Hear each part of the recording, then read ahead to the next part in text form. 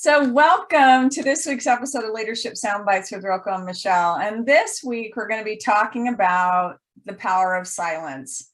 And in full transparency, this is probably one of my more difficult powers to try and channel and harness. And probably one of the more powerful ones it is powerful stuff. And it's around building muscle. So I'm going to start us off with a quote, which we never do. We never start with a quote. I'm lying to you right now. We do.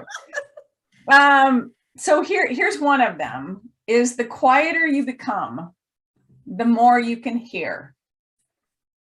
And I think the caveat in that one, Roko, is that we may become quiet and have silence, but we have to be careful not to go here. So the silence could be in our mouth. So I would say that the silence is the silence in the space in the room, right? Virtual or otherwise, but it's also the silence in our heads. So that we're actually able to, we talked about the observer role before and the power of going and seeing, but it's in that moment that we're able to see so much more than what we were able to see in the noise. Yeah. Yeah, there's so much in what you just said. I think about it from the two different perspectives. You as the person who might create the silence, right? By providing space for the other person to respond. But then also from the other person's perspective in the communication of having time to process and think and really not react to what's being asked or said, but to thoughtfully respond. So there's two parts to this. So you and I, sorry, and we've talked about it before with Margie, what she taught us is to count to 10 after you ask a question. Because typically what happens in second 7 through 10 is when people have a chance to think. Mm-hmm. And so that silence has been intentional, right? And because I was counting, mm-hmm. It was easier for me. Mm-hmm. And so, in large groups, it's powerful too. And pull the curtain back and let people know what you're doing so that leaders can develop that skill as well. But we do it in coaching. Yeah. So when we have clients that, you ask, and it's the asking the question, it's the putting the challenge out there, whatever the scenario may be, is some people immediately, they have an idea, they have a thought, here's what we have to do about it. I'm one of those people. Okay. And so I have never had the opportunity or had the situation, I should say, where someone go, what do you think about whatever? And I go, yeah, I got nothing. I've never had that. Okay. I immediately have thoughts and ideas.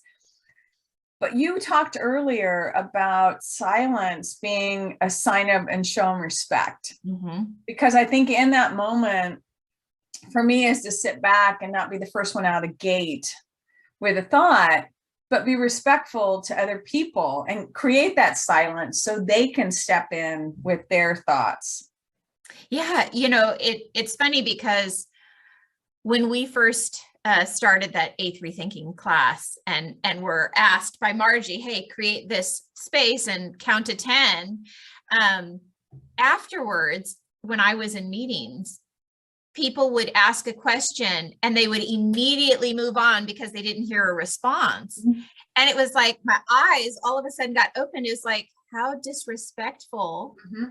was it of that leader to move so quickly and not allow that space for the people they had asked the question of time to think and actually formulate their response. And oftentimes they would move on and someone then would go to try and speak, right? And so it's just that's where that respect comes from is understanding that people may need time to actually process what you're asking of them so that they can respond in a meaningful way. Mm-hmm. Because when we do tend to respond quite quickly, it might come from a place of emotion, and that emotion may not be the right emotion for that situation, right? It might evoke a defensiveness, like I've got to protect my space, especially if there's a hierarchy between the two people having the interaction. The power So of allowing them time to really think about what's being asked of me or what's being said, and how do I want to respond in a way that keeps the conversation moving or allows for a respectful exchange of information. So silence, the power of silence, there's so many aspects, so many different aspects to it is probably the better way to say it. So one of the things that we talked about before around respect that you just mentioned again is I don't believe the leaders are intentionally meaning to disrespect people, right? Oh. But I think the intentionality needs to be around creating that space. So, we coach clients. And so, and I, on the phone a lot of times, and you can hear more. So if I'm face to face with you, my attention is split between what I'm seeing, what I'm hearing, other stuff, obviously what's going on in my head. But when you're on the phone with somebody, and what I will do is turn away from computers and everything else and just dedicate to what I'm hearing, the sense is heightened as far as hearing. And so I will have clients typically when they take that silence moment because they're processing something, right? You've shared an observation or whatever it may be. And I've had them step into that silence because it can be awkward and uncomfortable if we're not used to it, and say, essentially, I'm thinking. So some reason why there's silence. And I know that because you can hear it, right? You can hear the silence of them thinking and processing.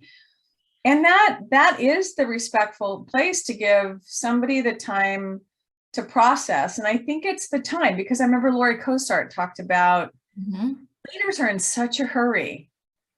And I think silence does give that space to allow people to just slow down for just a moment. Yeah. And not have to go to the next thing.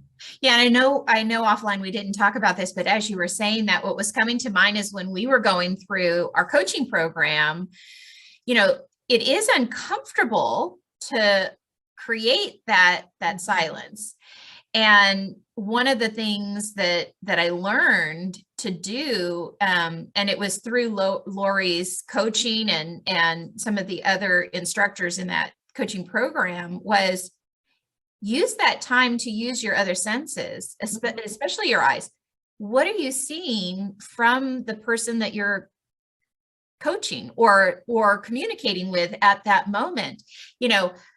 Are you noticing, that they're, fidgeting based on what you said? What are the emotions that are their body language that's coming across from whatever it was that was said? So I turned the uncomfortableness of nothing being said into an opportunity for me to be more observant of the other person and learn more about that person in the silence. And so I was able to shift my own uncomfortableness over to something more productive, which is learning more about what the other person was doing.